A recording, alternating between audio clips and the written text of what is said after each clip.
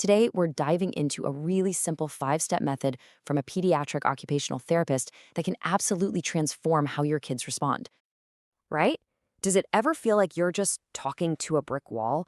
You ask them to put their shoes on, clean their room, come to dinner, and it's like they literally don't even hear you. You are not alone in this, I promise. This is one of the most common frustrations in parenting, that feeling of being constantly, completely ignored. So here's a major reframe for you. The issue usually isn't that our kids are trying to be defiant or disrespectful. The real secret is learning to speak in a way that their developing brain can actually process. It's not about discipline, not really. It's about connection and it's about clarity. So here's what we're going to cover. First, we'll look at the why behind the listening problem. Then we'll walk through each of the 5 steps one by one. And by the end, you'll have a new way to turn those moments of conflict into moments of connection. Okay, first things first. Why does it seem like our kids are actively ignoring us? It feels so personal sometimes, doesn't it?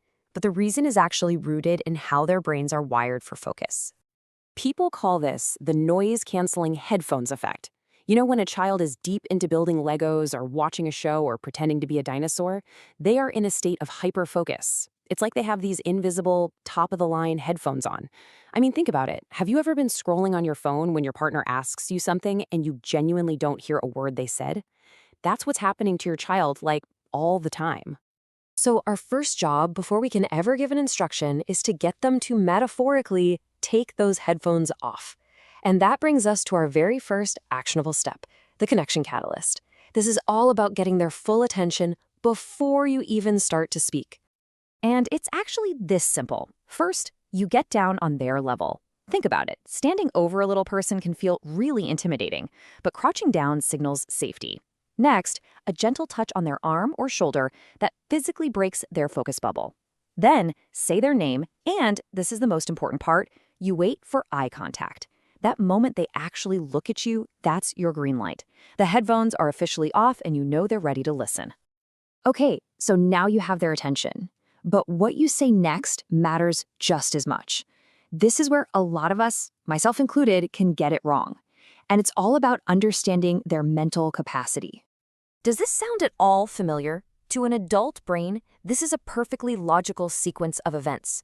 But to a child, this is just a giant, overwhelming wall of words hitting them all at once. Their brains simply can't process that much information. They just short-circuit.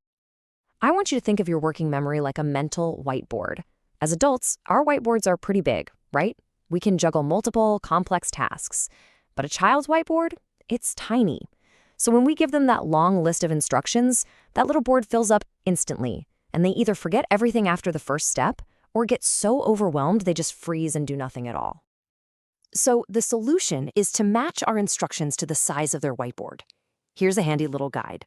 Around 18 months, just stick to one simple step. Pick up the ball. That's it. By age 2, they can usually handle 2 related steps, like pick up the ball and put it in the basket. At 3, they can graduate to 2 unrelated steps, and by about 5, most can handle 3. Sizing your instructions like this is an absolute game changer. Now, the final piece of step 2 is a really powerful one. Tell them what you want them to do, not what you want them to stop doing. When we say stop running, their brain first has to process running and then figure out the alternative. But saying walking inside gives them a clear, positive, and immediate action to take. It's direct, it's simple, and it's way more effective. All right, so you've connected with them, you've given a perfectly sized, positive instruction. What's next? Well, the next 2 steps are the critical follow-through that most of us just skip entirely. And trust me, these are the ones that really make it all work. This next part sounds almost too simple, but it is so important. After you speak, you have to just pause. I know, we live in this fast-paced world and we expect an immediate response, but a child's brain just doesn't work that way. 10 seconds. It feels like an eternity in the moment, I know, but research actually shows it takes a child's brain about 7 to 10 seconds to process your words, figure out what they mean, plan the action, and then get their body to actually do it. It's a lot of steps. So after you give an instruction, just stay there and silently count to 10. You have to give their brain the time it needs to catch up. Now, when they do follow through, we move to step 4, which is called the specific spotlight. A generic good job is fine, but honestly, it's not very powerful. Specific praise like, wow, you put all the blocks in the bin, tells them exactly what they did right. This makes them feel genuinely seen and proud, and it motivates them to repeat that behavior next time.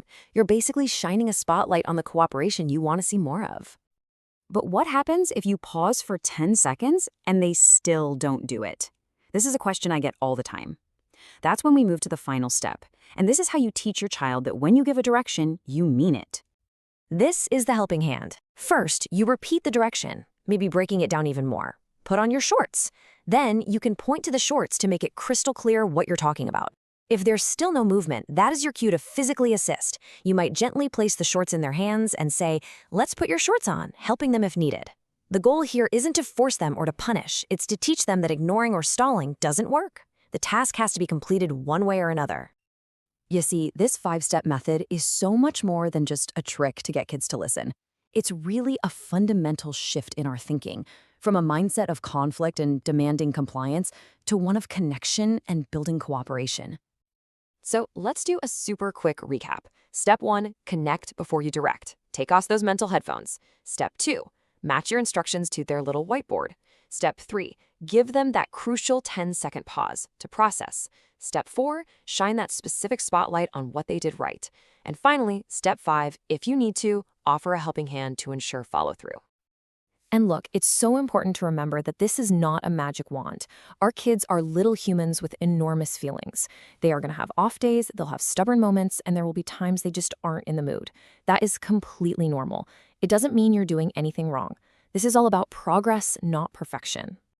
Because ultimately, by using this method, we're doing so much more than just getting our kids to put their shoes on. We're showing them respect, we're teaching them how to listen, and we're strengthening our bond with them every single time. So maybe that's the real question. What if we reframed every one of these moments, not as a battle to be won, but simply as another opportunity to connect?